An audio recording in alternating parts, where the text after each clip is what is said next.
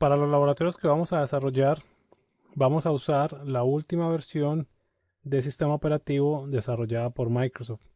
Esta versión se llama Windows Server 2008 R2. La versión anterior a esta se llamaba Windows Server 2008. Al pasar de 2008 a 2008 R2 se incluyen nuevas características y nuevas tecnologías. Podría parecer que de 2008 a 2008 R2 fuera como una especie de Service Pack o una actualización, pero en realidad Microsoft lo ve como un sistema operativo aparte y por eso le pone el R2 o Release 2. ¿Por qué vamos a usar esta versión del sistema operativo? La razón es muy simple.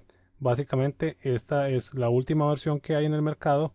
Vamos a tener la versión más actualizada y también vamos a contar con las últimas tecnologías que dispone Microsoft a nivel de servidores. Básicamente esa es la razón por la cual usamos esta versión. ¿Qué cambios importantes hay para destacar en esta nueva versión de Windows Server 2008 R2? Hay bastantes cambios en un montón de áreas o en un montón de servicios. Uno de los que nos interesa más que todo recalcar es, por ejemplo, que esta versión de servidor solo sale o solo salió para arquitectura de 64 bits. Cuando salió el Windows Server 2003, había una versión de Windows Server 2003 para 32 bits y una versión de Windows Server 2003 para 64 bits. Lo mismo sucedió con la versión de Windows Server 2008. Hay una versión para 32 bits y una versión para 64 bits. Esta última versión solamente soporta arquitecturas y procesadores en 64 bits. Eso tenemos que tenerlo en cuenta porque nuestro hardware debe ser relativamente nuevo. Aproximadamente el hardware de hace unos 4 o 5 años, casi todo ya sale con arquitectura de 64 bits. Quiere decir que si tenemos un servidor de aproximadamente 4 años, es probable que sí podamos correr el Windows Server 2008 R2. Cambios también importantes a nivel de Active Directory y Domain Services. En esta versión incluye una papelera de reciclaje de Active Directory. Quiere decir que si nosotros borramos un objeto de Active Directory, lo podemos recuperar de la papelera de reciclaje sin necesidad de hacer un restore de Active Directory, que es un proceso un poco más complejo. Si no entienden ahora algunos de estos nombres o estas tecnologías, no hay problema porque algunas de ellas las vamos a ver más adelante. También se incluye a nivel de Active Directory una nueva herramienta que se llama Active Directory Administrative Center. Esto es parecido al Active Directory Users and Computers, pero es una consola un poco más amigable. Podemos aplicar algunos filtros en caso de que tengamos dominios muy grandes y se nos hace un poco complicado buscar usuarios o buscar algún tipo de máquina. Con el Administrative Center vamos a poder facilitar mucho la administración. También se incluye un analizador de best practices o de mejores prácticas y nos va a permitir hacer un chequeo de nuestro Active Directory y que nos saque un reporte de qué es lo que está mal configurado, qué parámetro debería estar configurado de otra manera para tener mejor seguridad, mejor rendimiento, etcétera, etcétera. Esto en las primeros Best Practices Analyzer que había era para Exchange, donde le hacía un chequeo de nuestro servidor, de nuestros servicios de Exchange y nos daba una serie de cambios para hacer con fin de mantener el servidor configurado de la manera más óptima. También a nivel de DNS se incluye una nueva tecnología que se llama DNSSEC. DNSSEC permite usar certificados digitales para firmar las zonas de Active Directory, para firmar los registros. Siempre el servicio de DNS a nivel de Internet ha sido el talón de Aquiles y ha sido uno de los principales objetivos para los hackers y para usuarios malintencionados porque no tiene formas de garantizar que el paquete que uno está haciendo una consulta DNS venga realmente del destino y no es un paquete fraudulento. Ya con esta tecnología de DNS Security vamos a poder mejorar la seguridad de nuestra infraestructura.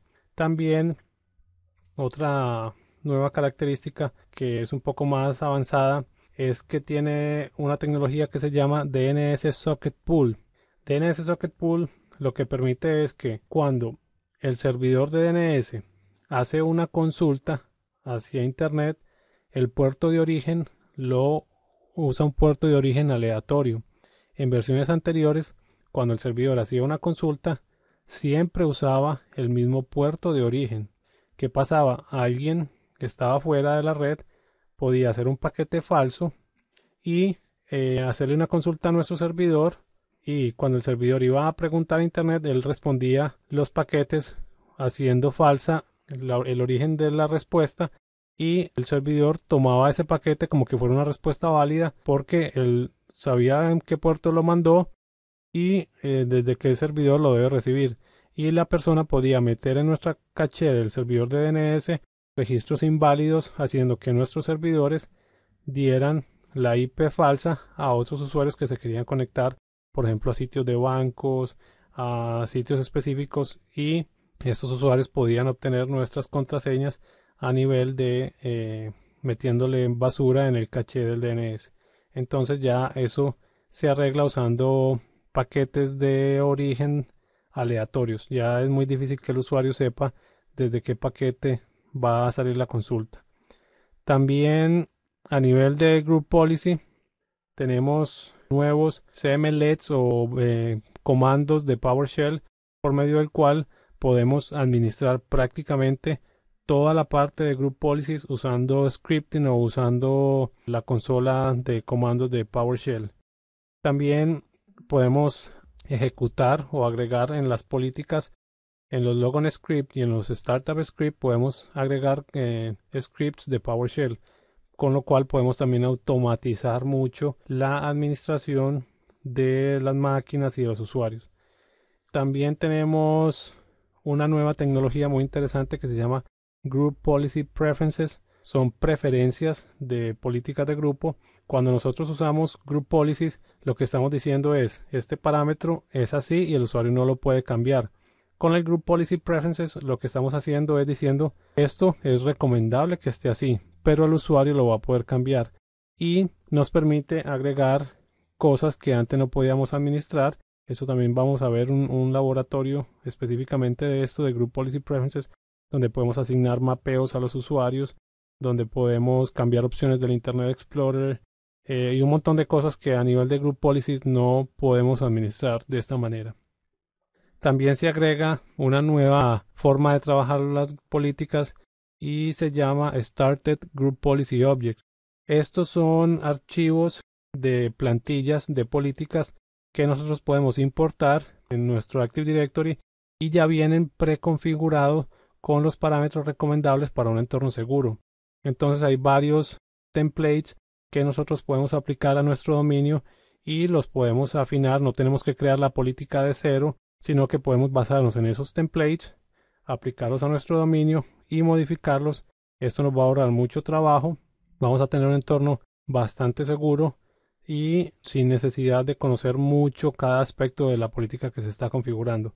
Simplemente vamos a revisar qué parámetros configura la política y vamos apagando los que no necesitamos o los que queremos cambiar.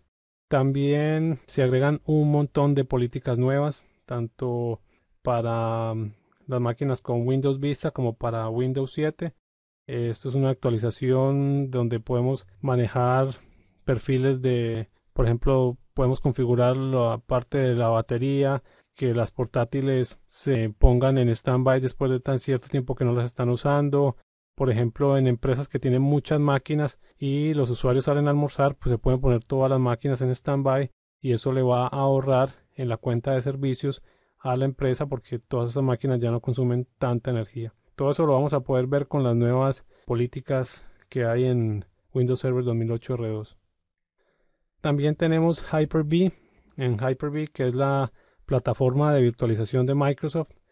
Hyper-V ahora permite una forma de mover las máquinas entre nodos de un clúster que se llama Live Migration, donde por ejemplo nosotros tenemos una máquina virtual corriendo en el nodo A y vamos a apagar ese nodo para darle mantenimiento o se presenta algún problema. Esta máquina puede pasar al nodo B de manera automática y los usuarios no van a perder conexión con esta máquina virtual. Entonces este Live Migration nos permite mover máquinas virtuales entre nodos sin necesidad de apagarlas y sin necesidad de que los usuarios pierdan conexión con la máquina. También las máquinas virtuales, ahora les podemos asignar hasta 64 procesadores lógicos. Quiere decir que si tenemos un servidor bastante grande podemos meter muchas máquinas virtuales y no estamos tan limitados a la cantidad de recursos que le podemos asignar a esa máquina virtual. También se agregan tecnologías como Network Access Protection, donde podemos determinar qué usuarios tienen acceso a la red y qué usuarios no tienen acceso a la red. Aquí hay un componente a nivel de configuración del Windows y hay un componente a nivel de configuración de nuestros switches o nuestra infraestructura del equipo activo, donde los dos tienen que trabajar en conjunto para que el switch le pregunte al Active Directory si ese usuario puede o no entrar a la red y el Windows le va a dar la autorización o se la va a negar. También a nivel de networking, a nivel de red, hay una nueva característica que se llama Direct Access. Con Direct Access lo que hacemos es tener acceso a nuestra red corporativa como si estuviéramos de manera local sin necesidad de usar un VPN. Lo que nos permite eso es que si estamos con usuarios móviles, estos usuarios pueden estar en sus casas, pueden estar en hoteles y van a estar pegados como que si estuvieran con el cable de red conectado directamente. Entonces van a poder ver el Exchange, van a poder ver las carpetas de red, van a poder ver todo como si estuvieran localmente. También hay una nueva tecnología que se llama Branch Cache, que nos va a permitir, por ejemplo, si tenemos una oficina secundaria, mantener un caché de los archivos que los usuarios ven o usan desde la otra sucursal. Ahí se puede nombrar un servidor para que mantenga este caché, y si un usuario o varios usuarios de la sucursal remota van a ver el mismo archivo, solamente se copia el archivo una vez y se va a distribuir desde la caché local. Esto va a hacer que el uso de nuestros enlaces de WAN sean utilizados más eficientemente y haya menos tráfico en ese enlace que muchas veces es bastante lento. También hay cambios bastante drásticos a nivel de Terminal Services, tanto que ahora ya no se llama Terminal Services, sino que se llama Remote Desktop Services. Toda la tecnología, todos los nombres prácticamente cambiaron. En la parte de terminal no la vamos a ver muy profundamente en este curso, pero sí vamos a tratar de agregar posteriormente algo donde se dé una pequeña introducción a nivel de Remote Desktop Services. A nivel de seguridad hay una nueva tecnología que se llama App Locker o Locker de aplicaciones. Esto va a reemplazar el Software Restriction Policies, con lo que nosotros podemos decir qué ejecutables se van a poder ejecutar en las máquinas de los usuarios y cuáles no.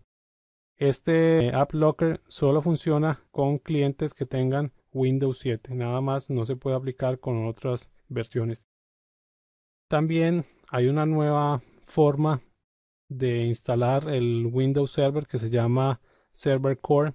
Esta instalación lo que hace es que instala todo el sistema operativo, pero no instala la parte gráfica.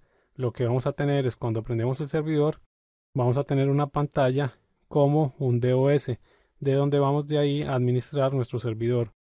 Este servidor lo podemos administrar de manera remota con las herramientas de administración de Microsoft como si fuera un servidor gráfico.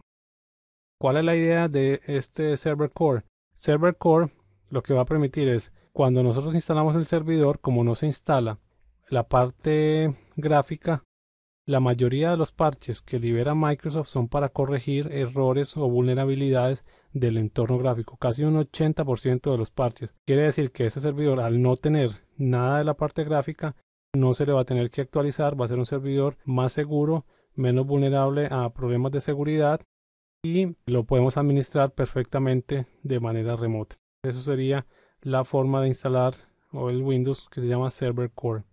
¿Cuáles son las versiones principales que hay ahora de Windows Server 2008 R2?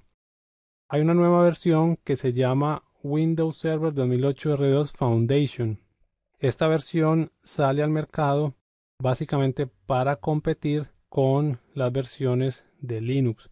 Es un Windows Server más barato, está limitado a 15 usuarios, es como un Windows más económico para empresas pequeñas que no tienen mucho presupuesto para instalar sus servidores. Y esta versión solo se vende a través de fabricantes de equipo como HP, Dell, etcétera, etcétera, donde te venden un servidor con el Windows Server 2008 R2 Foundation. También vienen las versiones normales, que es Windows Server 2008 R2 Standard, Windows Server 2008 R2 Enterprise y Windows Server 2008 R2 Data Center. También se sigue manteniendo la versión de Windows Web Server 2008 R2, que es la versión básicamente para usar en servidores web. En las notas del video, en la parte de abajo, vamos a encontrar una lista más detallada de los cambios de funcionalidad en Windows Server 2008 R2. Y adicionalmente hay otro link donde vamos a ver cuáles son, una descripción donde están las ediciones de Windows Server 2008 R2.